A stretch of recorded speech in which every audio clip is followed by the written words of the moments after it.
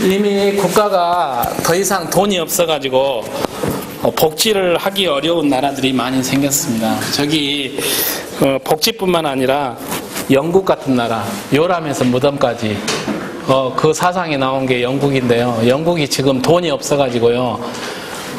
국방에 필요한 배, 항공모함을 운영할 돈이 없습니다. 그래서 항공모함을 경매에 냈습니다. 사갈 사람 사가라.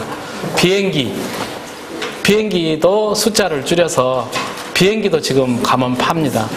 이런 재정 부담이 약화돼서 국가가 복지를 처음부터 끝까지 해결하기가 어렵게 됐고, 그 다음에 아까 얘기한 대로 국가에서 주도하는 복지는 복지 사각지대가 생기고 복지가 실천되는 과정에서 관료주의가 생기기 때문에 다양한 복지 욕구에 대처하기가 어려운 점이 있고, 그 다음에 의존성과 사회 연대성의 약화라는 이런 문제가 발생하기 때문에 이런 문제를 해결하고자 시장에다 복지를 맡긴 게 신자유주의적인 접근이죠. 그래서 개인의 일단 책임을 강조하는 거예요. 그래서 가족도 우선 가족 간에서 문제가 생기면은 가족이 우선 책임을 지도록 하고, 결과는 어떻게 되든 간에 기회가 공평하게 평등하면은 그것은 됐다라고 보는 거죠.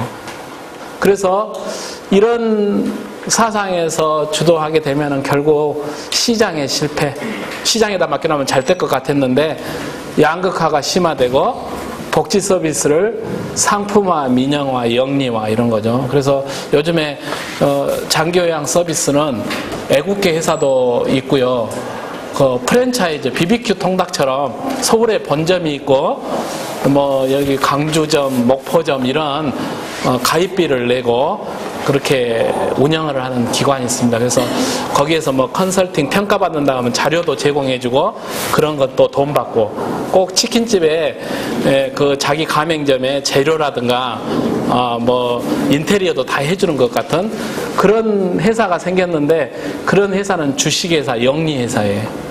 복지를 영리의 목적을 하는 데가 생겼기 때문에 돈이 없으면은 복지 서비스를 이용하기가 어렵다. 이 두 가지가 다 문제에 도달했기 때문에 이거의 대안이 결국은 지역 공동체 중심의 모델인데, 구성원은 아까 설명했지만 복지의 대상이자 주체. 그래서 농촌에 있는 어르신들이 다 복지의 대상이니까 국가가 기본적인 국가의 의무를 해야 되는 게 차별적으로 농촌이 도시에 비해서 소외되어 있기 때문에 농촌의 복지시설을 구축해주고, 그 다음에 농촌에서 제일 문제가 뭐냐 그러면은 일할 사람이 없어요. 복지사가 없는 게 문제죠. 일할 사람, 이런 것을 국가가 인력을 지원해 줘야 되는 이런 문제가 생기고요. 또 하나는 거기에 플러스해서 지역사회 복지를 해야 될 사람은 자기 스스로, 주체가 지역 주민이니까 지역 주민들이 스스로 역량이 강화돼야 되는 이런 문제가 생긴다는 겁니다. 그래서 복지시설이 전혀 없는 마을에는 국가가 복지시설에, 최소한의 복지시설을 구축을 해줘야 되는데, 대개 지역에 보면은 마을회관도 있고 경로당도 있기 때문에 그거를 다 새롭게 지어야 될 필요는 없는 것이고, 거기에 들어가는 기본적인 하드웨어와 인력을 제공하는 게 필요하다. 그런데요, 사실은 인력이 제일 문제예요. 인력. 농촌에 가면은 저기 대학생들 중에 대학교 사회복지학과를 다니는 학생들 중에서도 농촌 복지에 관심을 가진 학생들이 있어요. 그래서 나는 학교를 졸업하면은 농촌의 복지 현장에 가서 일을 해보고 싶다, 이런 학생들이 있어가지고 이 학생들이 농촌에 있는 기관에서 실습을 했어요. 한 달간 이렇게 실습을 하고, 그 실습한 평가의 자리, 제가 거기에 한번 참석했던 적이 있는데, 그런데 실제 가서 농촌에 가서 복지를 해보니까 보람도 있고 또 꼭 필요하다라고는 생각이 드는데, 막상 학교를 졸업하고 가려고 생각을 해보니까 조금 걸림돌이라고 생각되는 것. 거기서 몇 가지 나온 얘기가요, 농촌에 가니까 문화생활 하기가 어렵겠더라. 영화도 못 보고 뭐 이런 게 문제더라 하는 거 하나가 있고요. 두 번째, 농촌에 그렇게 복지를 한다고 들어가면은 결혼하기가 어려울 것 같다. 그래서 제가 그때 그 학생한테 그러니까 여기 실습한 친구들 중에서 한 명을 잘 포섭을 해갖고 같이 결혼해갖고 들어가면 그 문제는 해결되는 거라고 얘기를 했는데, 결혼 문제 세 번째가 이게 좀 현실적인 문제네요.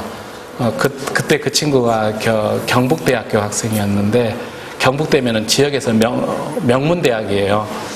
근데 시골에서 어머니가 아버지가 농사를 지으면서 굉장히 고생해서 경북대라는 좋은 학교를 보냈는데, 그 학교를 졸업하더니 겨우 마을에 와서 이 일을 한다 그런 소리를 듣는 게 조금 걸린다라고 얘기를 하는데, 제가 그 친구한테 처음에는 1, 2년은 그런 소리 들을지 모르지만은 2, 3년만 지나면은 우리 마을 중에서 제일로 훌륭한 학생, 자녀들 중에서 제일 훌륭한 학생이고 제일로 우리에게 필요한 사람이 누구 집 아이다라는 소리를 거기서 일을 하면 들을 것 같은데, 제가 그렇게 얘기를 했는데, 이런 게 현실적인 문제라고 그래요. 인력의 확보가 현실적으로 어렵죠.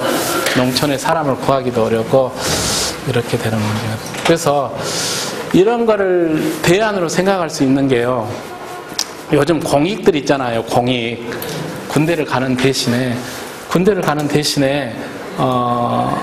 사회복지학과 학생 중에서 군대 복무를 하는 대신에 농어촌 오지에 가서 이런 일을 할 수 있는 제도를 통해서 군 복무를 대체할 수 있는 것도 있을 거고요. 그 다음에 여러분들 아시는지 모르지만은 양심적 병역 거부자라고 있어요.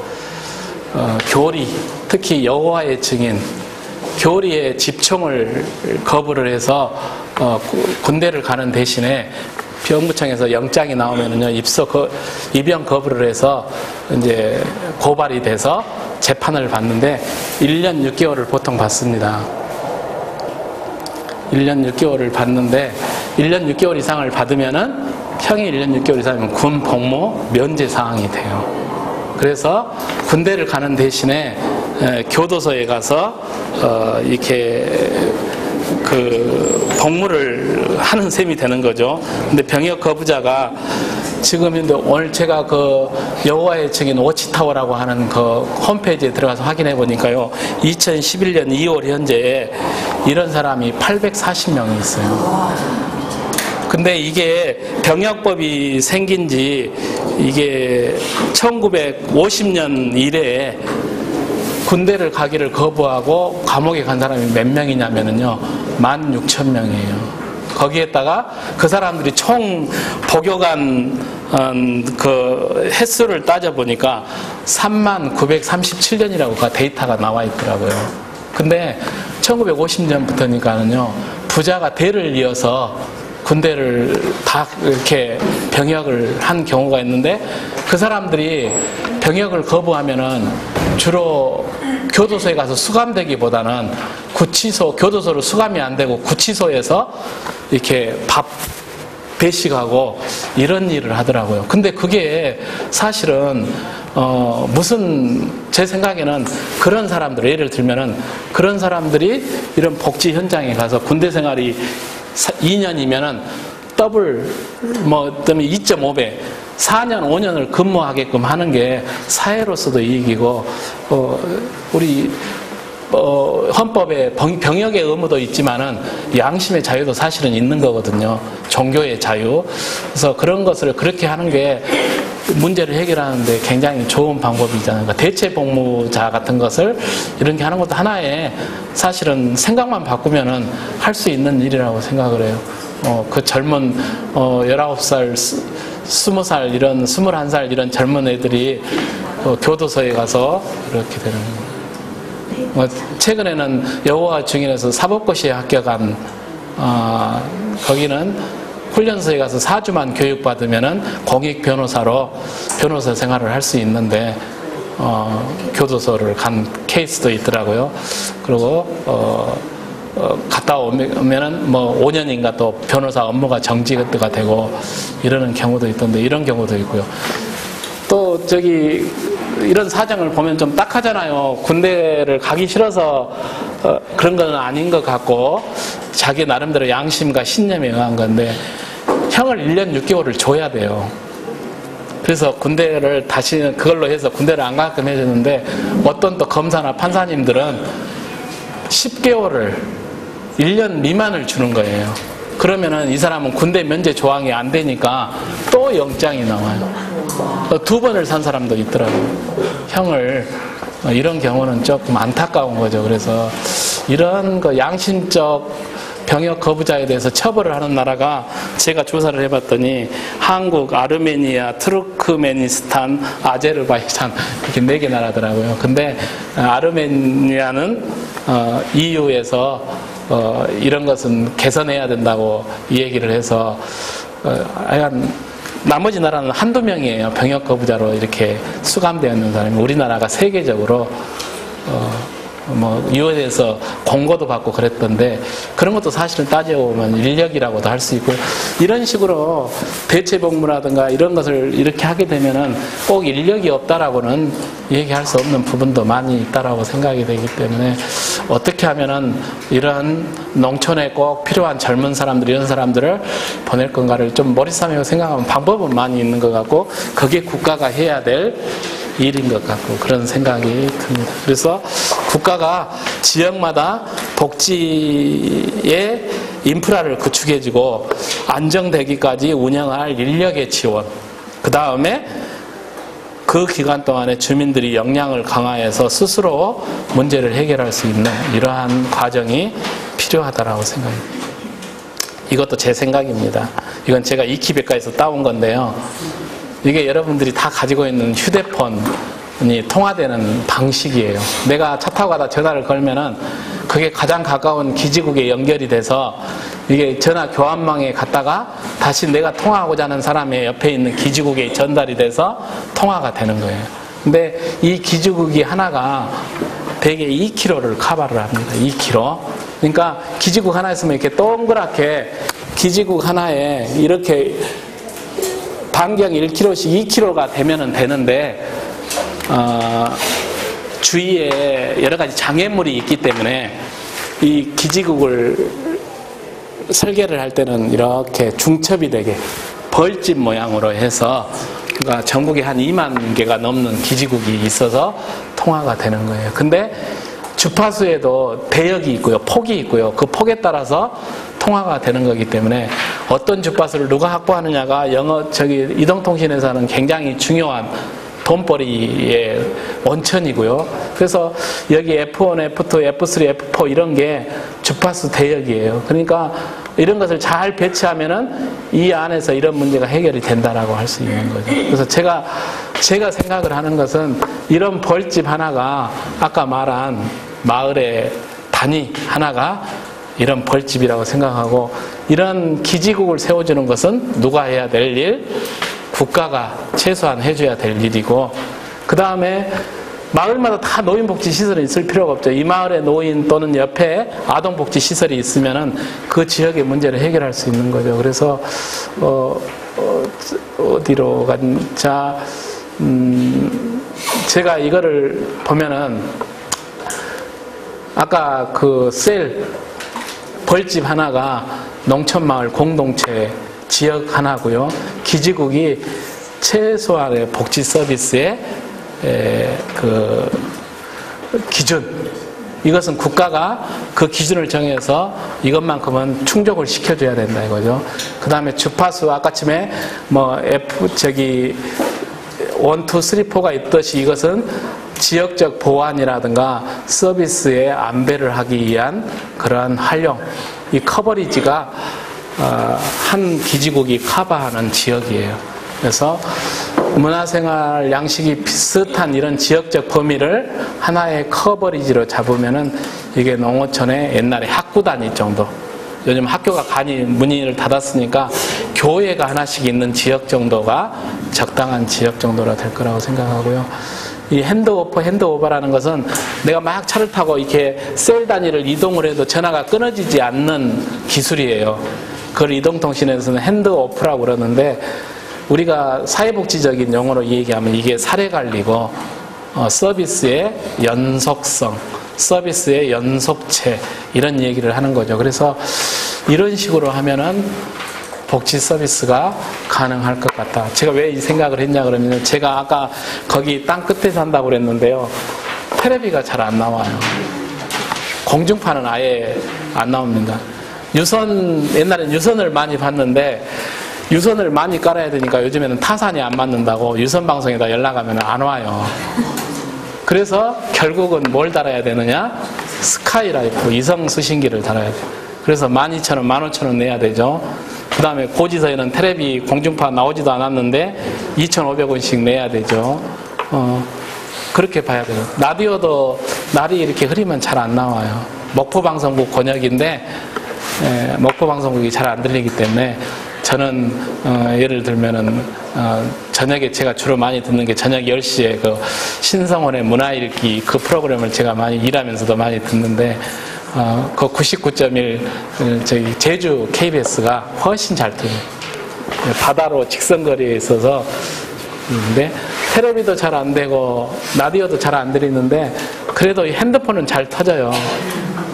그러니까 핸드폰 방식으로 복지를 해야지 이런 동네는 복지가 잘 되겠다라는 게 저의 생각이고 이게 가능한데 전국에 면이 몇 개 있냐 그러면은요 1200개예요. 전국에 면 단위가 1200개가 있고요. 이거를 아까 동서남북 중앙으로 따져도 5개로 분할을 한다고 해도 6,000개의 복지 단위가 있다. 이렇게 볼 수 있는 거죠. 농촌 마을에 아무런 복지 인프라 구축이 안 돼서 재가복지센터를 하나 짓고 거기에 뭐 물리치료 기구 이런 것을 넣었는데 한 5억이 든다라고 가정을 했을 때 5억 곱하기 6천 하면 얼마인가요? 3조 원 정도 되겠죠. 3조 원. 그렇게 많은 돈은 아니라고 봅니다. 근데 이미 농촌에 저같이 있는 곳도 있고 또 건물을 짓지 않아도 마을회관 경로당이 좋은 곳도 있고 이런 거니까 그걸 이용하면 이 비용은 훨씬 줄어들겠죠. 그런데 이 예산은요 4대 강 사업에 22조가 들어갔으니까 그거를 따지면 10분의 1이나 15%만 들어가도 전국에 복지 서비스의 틀을 구축할 수가 있고요. 그렇게 되고 그런 게 구축이 되면 지역 내에서 스스로 해결할 수 있는 그런 인력을 가능할 수 있다라고 생각이 됩니다. 그래서 자기 집에서 살다가 안 되면은 무조건 큰 시설로 갈 게 아니라 지역에 소규모 시설이 있으면은 그 어르신의 형편에 따라서 주야간보나 방문요양, 그룹홈 이런 거 출퇴근을 하든지 방문을 하든지 집에서 숙박을 하든지 이런 것을 그 어르신의 상태에 따라서 유연하게 할 수 있지 않겠느냐 이렇게 되는데 그런데 최근에 좀 많이 생겼죠. 그룹홈 같은 게. 근데 또 이게 하나 단독으로 있으면은요 또 문제예요. 그 그룹 노인 요양 공동생활과장에 노인 어르신 9분이 사는데 거기에 종사자가 몇 명이냐 그러면은 5명이에요. 원장 한 사람, 간호조무사나 간호사 한 사람, 요양보호사 3사람이 필요한 건데요. 근데 이 3사람이 어쨌든 7일간을 숙직을 커버를 해야 되기 때문에요. 근무가 굉장히 힘들어요.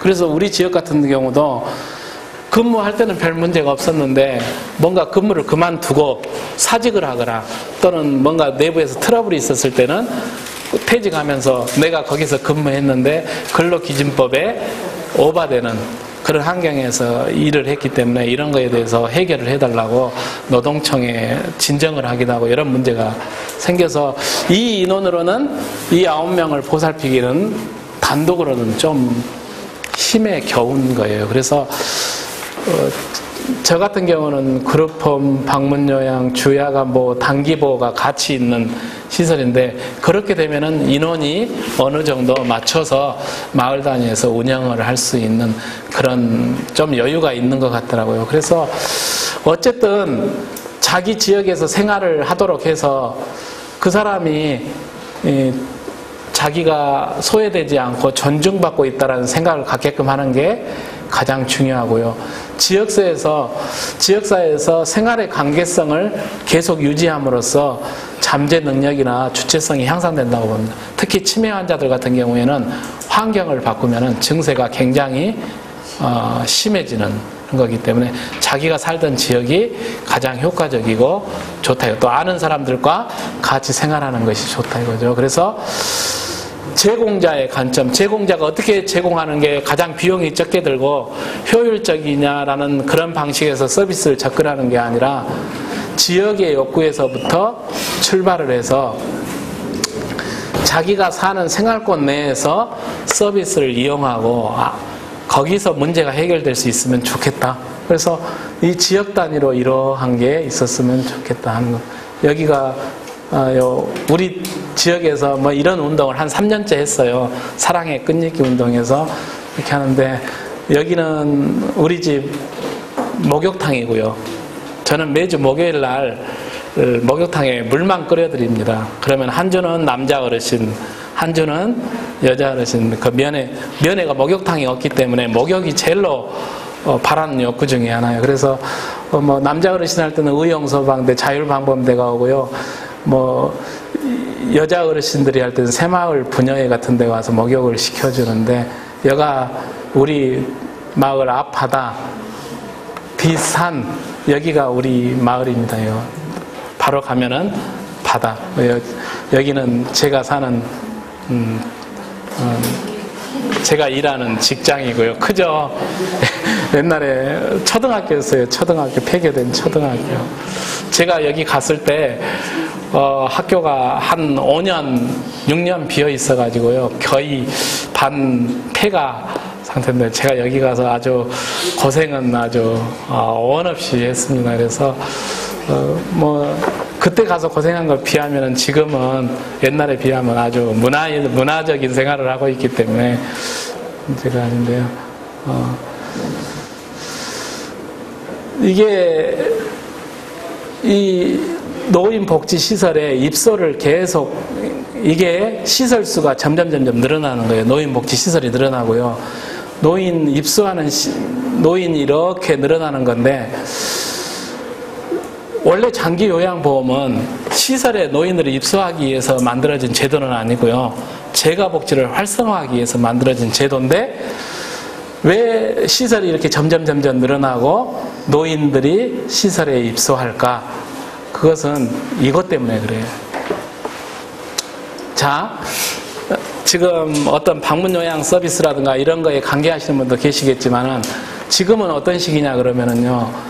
외부에서 요양보호사가 어르신집을 방문해서 2시간 내지 3시간 방문 서비스를 하는 거예요. 그러니까 9시부터 12시까지 방문을 한다 그러면은 집에 찾아가서 3시간 동안 서비스를 해드리는 거죠. 그럼 이 3시간 안에 어르신이 밥도 먹고 대소변도 다 보고 목욕도 하고 욕구가 딱 끝나면은 괜찮은데 그게 조절이 되는 게 아니잖아요. 그러니까 여기서 이 시간에 와서 서비스를 받는 동안은 약간 도움이 되지만은요, 가고 나면은 나머지는 다 가족이 수발을 해야 돼요.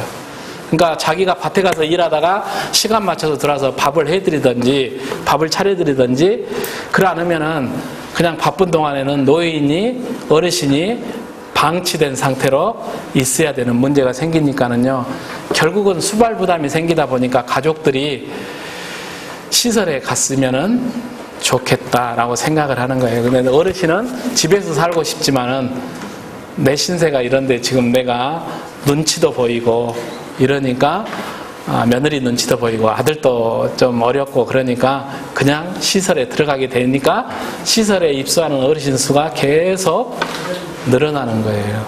그래서 저는 아까 이게 지금 맨투맨 방식이에요. 어디 읍에서도 여기까지 찾아오고 이러는 방식이죠.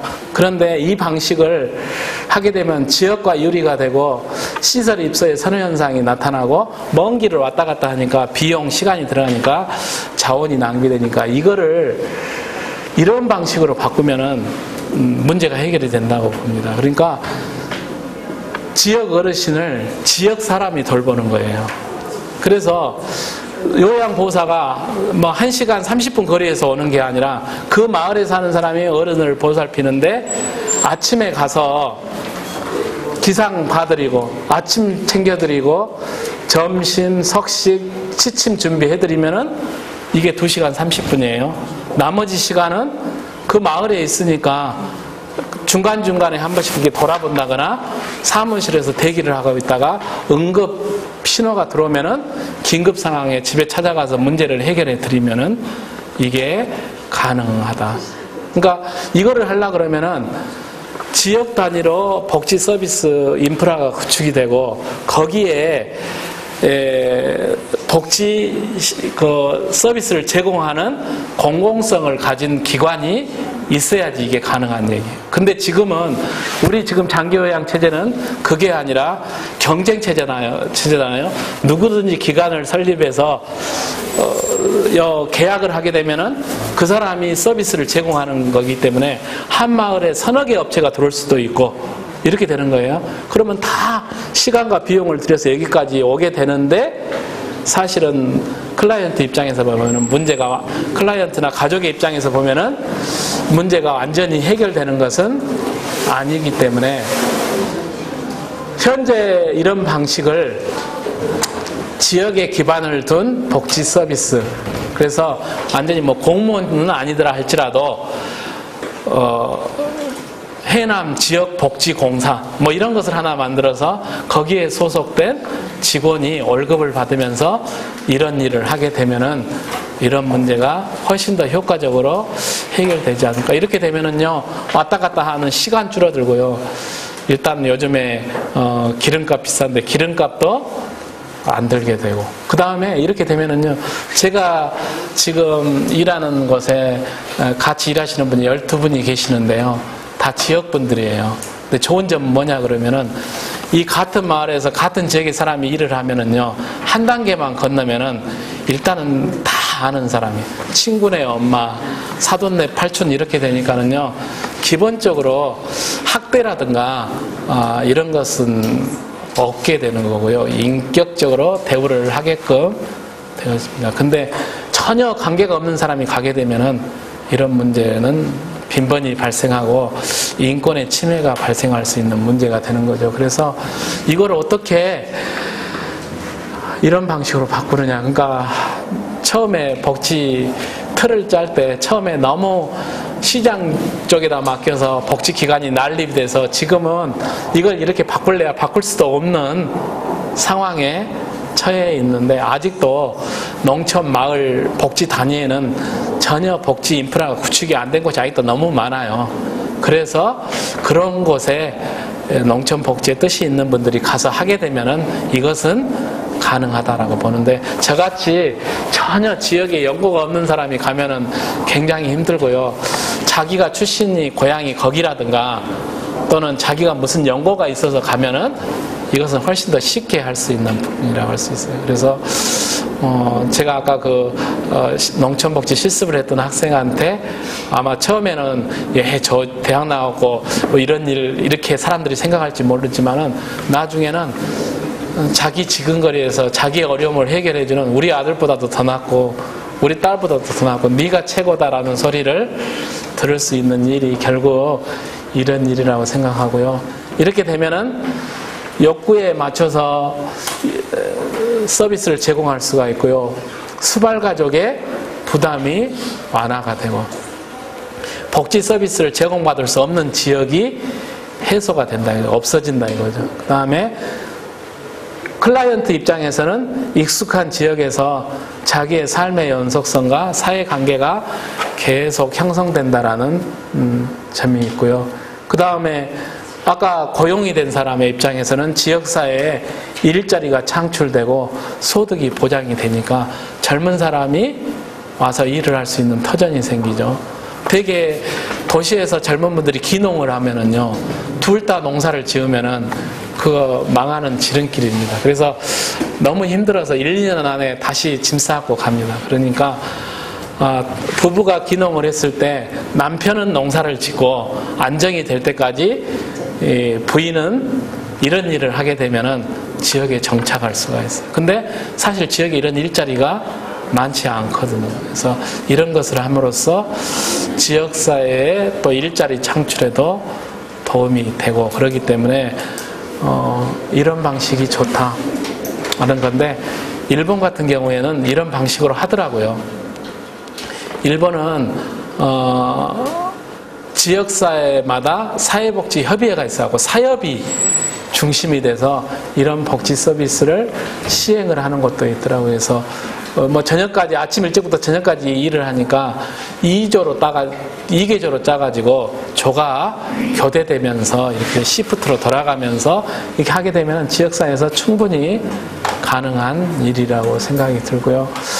앞으로 이런 식의 복지기관이 많이 생겼으면 좋겠다라는 저의 바람입니다. 그래서 농촌에서 복지 서비스를 하기 위한 것은 지역을 기반해서 일상생활권에서 생활의 문제를 해결할 수 있는 복지 서비스를 받을 수 있도록 인프라를 계획적으로 정비를 해서 주민들이 이용을 할 수 있었으면 좋겠는데, 이게 제공자의 관점이 아닌, 지금은요 시설을 운영하는 사람들은 일단은 자기가 고용하고 있는 사람의 급여라든가 운영을 자기가 스스로 책임을 져야 되기 때문에 우선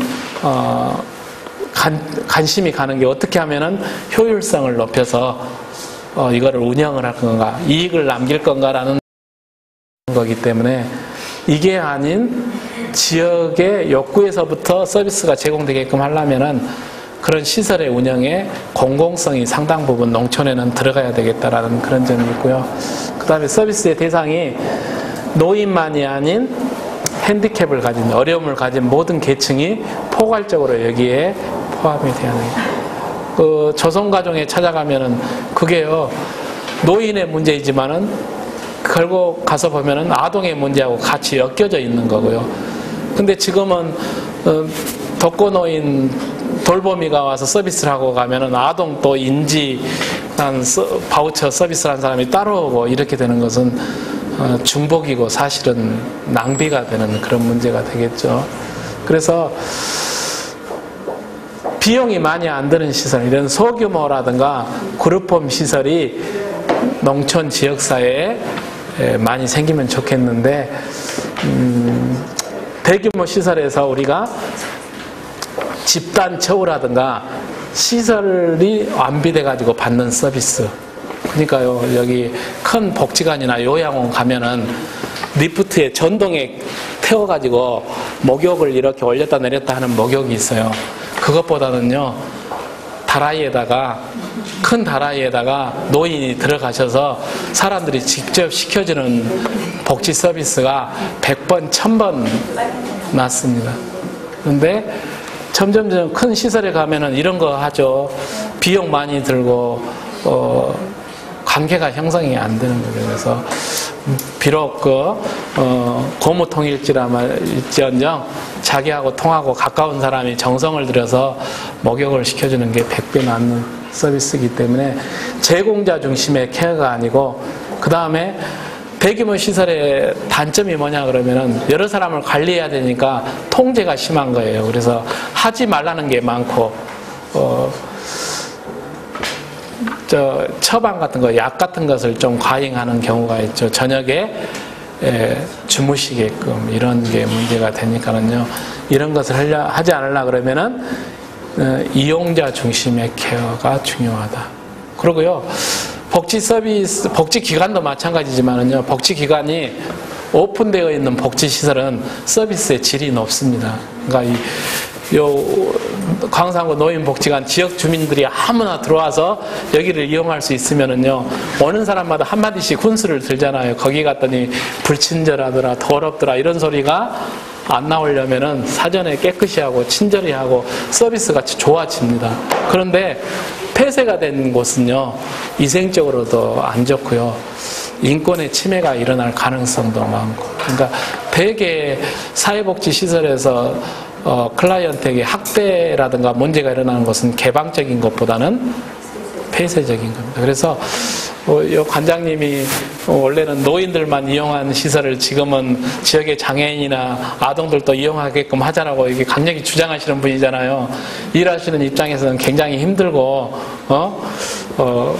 어려울 수도 있지만은 이게 결국 결과적으로 얘기하자 그러면은 지역사회에 이 복지기관이 뿌리를 내리고 그 다음에 지역사회에서 복지관이 서비스를 하는 게 업그레이드 되는 하나의 방편이라고 생각이 되기 때문에 이런 게 있다고 생각합니다. 그래서 사실은 노인복지시설이나 장애인복지시설 같은 데에서 거기에서 생활하시는 클라이언트에게 모두 다 똑같은 색깔의 옷을 입히는 것도 사실은 인권의 침해예요. 똑같은 복장, 똑같은 색깔. 나는 파란색 싫어하는데 보라색, 빨간색 입고 싶으면은 빨간색 입어야 되거든요. 근데 똑같은 옷을 입고 똑같은 시간에 똑같은 행동을 하는 것은 집단 생활이 갖는 문제점이라고 얘기할 수 있겠죠. 그래서 이런 소규모 시설은 사실은 돈도 많이 들지 않고요. 그 다음에 일하는 인력이 많이 필요한 것도 아니기 때문에 이런 시설이 농촌 지역의 여기저기에 뭐 아까 말한 대로 한 면에 5개씩은 아니라도 한 2개 정도는 있어서 남쪽 북쪽에 이렇게 있어서 이런 서비스를 제공해 줄 수 있었으면 좋겠고요. 그 다음에 다기능이라는 것은 소규모 다기능 시설 서비스를 제공해 주는 게 종류가 많다는 게 아니라 클라이언트의 필요에 따라서 응기응변적으로 그러니까 주간보호를 이용하시는 어르신인데 아침에 가보니까 상태가 안 좋으시더라. 그러면 굳이 그날 아침에 나오실 필요는 없는 거죠. 집에 계시고 그날만큼은 보호사가 방문해서 서비스를 해주면 되는 건데 지금 우리의 체계상으로는 그렇게 안 되게끔 돼 있기 때문에 이런 것을 잘 할 수 있는 게 케어 매니지먼트라고 해서 이런 클라이언트 본인뿐만 아니라 수발자를 포함한 사람들이 필요한 욕구를 파악해서 자원을 연계하고 그것을 누가 어떻게 할 것이냐 본인이나 가족 또 지역사회 여러 가지 자원들과 연계를 시키는 것이고요. 이용자가 자기 자신을 발휘할 수 있는 이용자가 익숙하고 친숙한 생활 공간에서 생활을 할 수 있도록 제공하는 것. 제가 운영하고 있는 복지시설의 장점이 뭐냐 그러면은요, 복지시설이 아니라요, 학교를 가는 거예요, 학교. 자기도 옛날에 그 학교를 다닌 적이 있고, 아들, 딸은 다 여기 학교를 다녔고, 그래서 좀, 복지시설이라는 개념보다는 그냥 학교에 가서, 학교 갔다 올란다, 이렇게 얘기를 하는 그런 것도 굉장히 좀, 지역사회에 문 닫은 학교가 갖는 장점 중에 또 하나라고 생각이 들고요. 지역사회와 관계를 단절시키지 않는 이런 케어. 제일 중요한 게 법에 따라서 규칙에 따라서 하는 게 아니라 그때그때 상황에 따라서 또 그 사람이 필요로 하는 욕구에 따라서 대처를 해주는 게 중요하다라는 이런 생각을 갖습니다. 그래서 농촌에서 복지를 하려고 그러면은 제가 혼자서도 여러 해를 고생하고 했는데 혼자서는 도저히 소진이 돼서요 할 수가 없어요. 소진이. 제가 처음에 거기 가서 이런 복지시설을 운영을 한다니까는요 소문이 났어요. 그래도 우리 아버님이 거기에 와서 그 교회에서 교회를 세우고 해서 우리 아버님을 아는 분들도 계시는데 소문이 어떻게 났냐 그러면은 저거 학교에 그 복지시설이 들어오면은 이제 노인들이 맨날 죽어서 시체로 나가고 그 다음에 저기서 똥오줌물이 다 바다로 흘러 들어가서 바다에서 꼬막도 안 나오고 바지락도 안 나온다 그렇게 소문이 들어가지고요. 주민들이 굉장히 반대가 심하고 제가 주민 설명회를 2번을 했어요. 주민들을 다 모아놓고 그래갖고 이제 제가 여기에 오게 된 동기, 제가 돈을 벌고 뭐 사회적으로 유명해지려면 제가 여기에 오지 않았습니다. 제가 온 것은 우리 아버님이 여기에 이런 연유가 있어서 제가 여기에 왔습니다. 제가 주민들에게 하나라도 피해가 가는 일이 있으면 내가 그날 즉시 짐 싸가지고 저 갈랍니다 하고 제가 약속을 하고 시작을 했는데, 나중에 알고 보니까 그 유언비어를 퍼뜨린 분이 누구냐 그러면은 우리 학교 앞집에 사시는 분. 옛날 학교라요, 플라타너스 나무랑이 굉장히 많거든요. 그러니까 제가 가을이 오면은요, 한 달은 낙엽을 쓸어야 돼요. 그렇게 많이 떨어져요.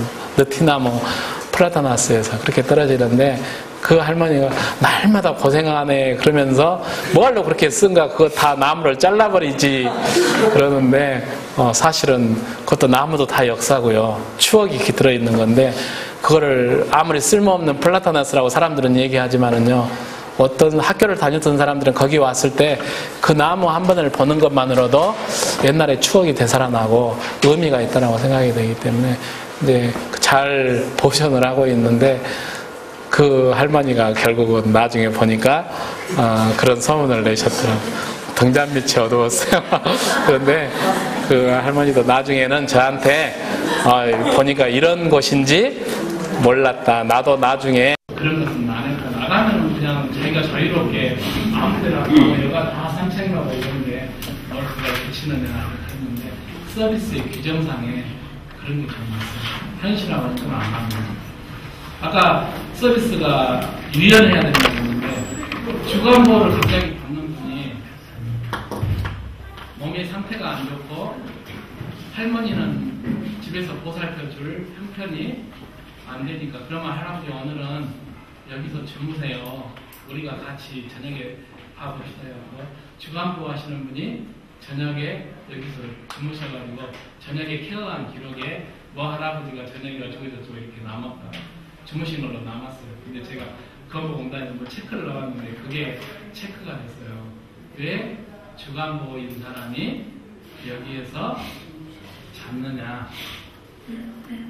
그러니까 그분들이 해석을 하기에는 이런 것은 더 부가 서비스를 해서 클라이언트를 유인하기 위한 목적이 이렇게 해석을 해서, 그러니까 법대로 주간보호는 주간대로 이렇게 하는데, 사실은 내가 더 서비스를 제공하고 비용을 청구한 게 아닌데 그게 뭐가 문제가 되느냐라고 이렇게 얘기를 해서 법대로, 또는 그러다가 저녁에 갑자기 돌아가시면은 사고가 생기면 책임은 이런 관계까지 따지면 너무 사사적이고 좀 서비스가 기계적이잖아요. 그래서 이런 것 정도는 기관이 경쟁이 아닌 상태에서 공공성을 담보한 상태에서 지역의 욕구를 좀 자율적으로 특성에 맞춰서 해결할 수 있는 이런 서비스가 좀 주어지는 게 좋겠다는 건데, 지금은 너무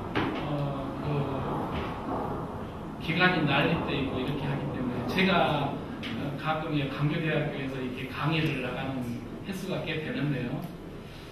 제가 없으면은요, 가끔가다 공무원이 이렇게 집에 전화를 해가지고 나를 바꿔달라고 해갖고 없으면은, 아이 그 선생님은 시설장이 상근인데 어디를 그렇게 돌아다니세요? 그렇게 이제 얘기를 해서, 제가 그 친구도 잘 알고 그래서 내가 이렇게 자네가 알다시피 내가 이런 상황에 있는데 이런 것도 중요한 이유가 있다.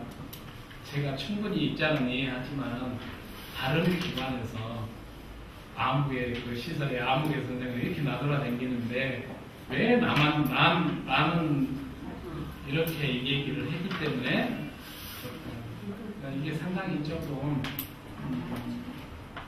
현실이 돼요. 사회복지 서비스 넘치는 하는 현실이 그런 여러 가지 어려운 문제점도 있고 또 난관도 있고 그러거든요.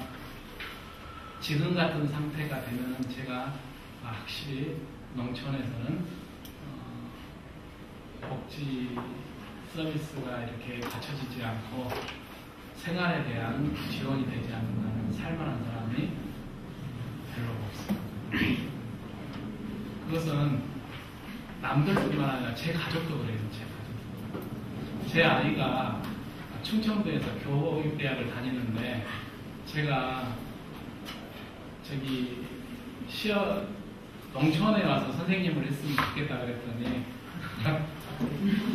고개를 저르고 물론 그 지역 출신 대학마다 가산점이 있어서 그 지역에서 시험을 봐야 되는 그런 점도 있지만은 나중에라도 뭐 아빠의 뜻을 이해한다면은 대전에서 시험을 봤는데 이제 이렇게 교류를 해서 올 수도 있고 그러겠지만은 현실적으로 농촌이라는 게 굉장히 살기 힘들다, 어렵다 이런 게 모든 사람들에게 고정관념화 되어 있다 보니까 이걸 획기적으로 바꿀 수 있는 제도나 정책이 되지 않으면 정말 국가의 미래가 어둡고 우리의 삶의 미래가 결국은 서로 같이 나라로 떨어지는 그런 일이기 때문에 농촌을 살리는 일, 농촌에 가서 여러분이 뜻이 있으시다면 내가 거기에 가서 특히 나가 자라난 지역이면 그렇고요.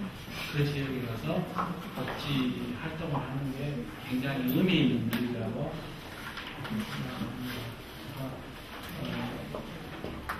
마지막으로 제가 오늘 마무리하기 위해서 어디에서 이게 원불교 경전이 대종경이에요. 대종경. 원불교 경전에 나오면 소란 대부를 이루기 위한 바탕이며 현상을 말한다. 대란 앞으로 성취하고자 하는 목적이며 미래적 것이다. 무엇이나 원래는 큰 것도 아니요 작은 것도 아니지만 아무리 작은 것도 모으면 능히 큰 것을 이루고 아무리 큰 것이라도 흩어지면 마침내 작은 것이다. 이소 성대 적은 것이 모여서 큰 것을 이룬다. 이건 하늘의 천리, 하늘의 진리. 그래서 저는 작은 소규모의 지역에서의 복지시설이 결국은 커다란 우리나라 복지국가, 복지사회를 이루는 기반이라고 생각합니다. 그 다음에 자유롭고 창조적인 것은 큰 것이 아니라 작은 것이다. 작은 것이 아름답다. 이거 독일의 경제학자 슈마가 스머리스 비유특별에서 뛰어난 구두 수성공이 되려면 구두를 잘 만드는 지식만으로는 부족하다. 그보다는 먼저 발해가는 지식이 필요하다. 왜냐하면 농촌에서 복지를 잘하는 복지 실천가가 되려고 하면은 복지 실천 지식을 잘 알아서는 부족해요. 아까 제가 삼농이라고 그랬죠. 농업, 농촌, 농민에 대한 이해가 확고해야지만이 농촌에서 복지를 잘 할 수 있다.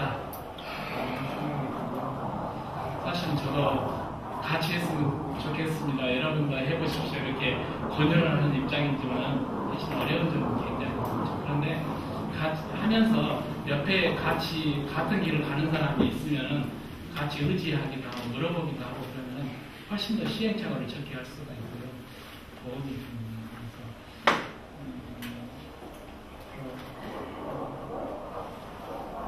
제가 몇 시간 얘기하는 걸 들어주셔서 감사하고요.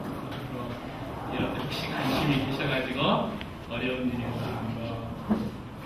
문의하실 사항이 있으면 언제든지 연락을 주시면 성실히 답변도 해드리고 그렇게 하겠습니다.